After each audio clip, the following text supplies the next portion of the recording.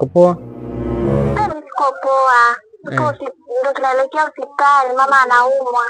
Mama anaumwa? Eh. Sasa kwa hiyo mnaelekea hospitalini? Ndio tunaelekea hospitalini kwa njiani. Sasa basi mimi nampigia Dr. Mrindoko sasa hivi, atawapokea hapo, atashughulika na nyinyi. Alafu unakutumia 500 kwanza sasa hivi. Muangalie hapo nani, mshughulike kwanza kipindi hichi mpaka atakapopewa kitanda, au sio? Sawa, nashukuru sana. Mungu akubariki. Yapo hapo. Alafu baadaye mimi nitakuja. Sawa. Huko mbaya. Ubaya wake?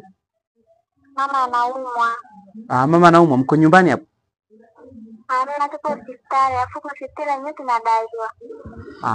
Maana nilijua kama mko nyumbani nije hapo huenda nikamkanda miguu hiyo akapona. Amna tuko hospitali, afu tunadaiwa kwa 100,000 na tunatakiwa tuitoe. Na hajapungukiwa damu? Hapana, ameshahudumiwa. Maana nilijua kama kapungukiwa damu mimi nije nijitolee kutoa damu tu bure. Na kutembea anaweza kutembea mwenyewe. God have mercy upon us. Anatembea vizuri, yani hapa sasa hivi kinachotakiwa tu ni hela hiyo 100,000 tuitoe.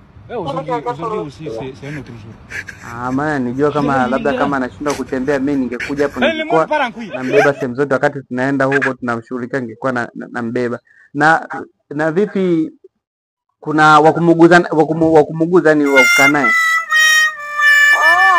Hivi yuko vizuri sasa hivi. Yaani kinachobaki tu ni hiyo hela. Tutoe 100,000 turuhusiwe. God have mercy upon us. Kama ingekuwa amekosekana mtu wa kukaa naye mimi ningekuja kukaa naye.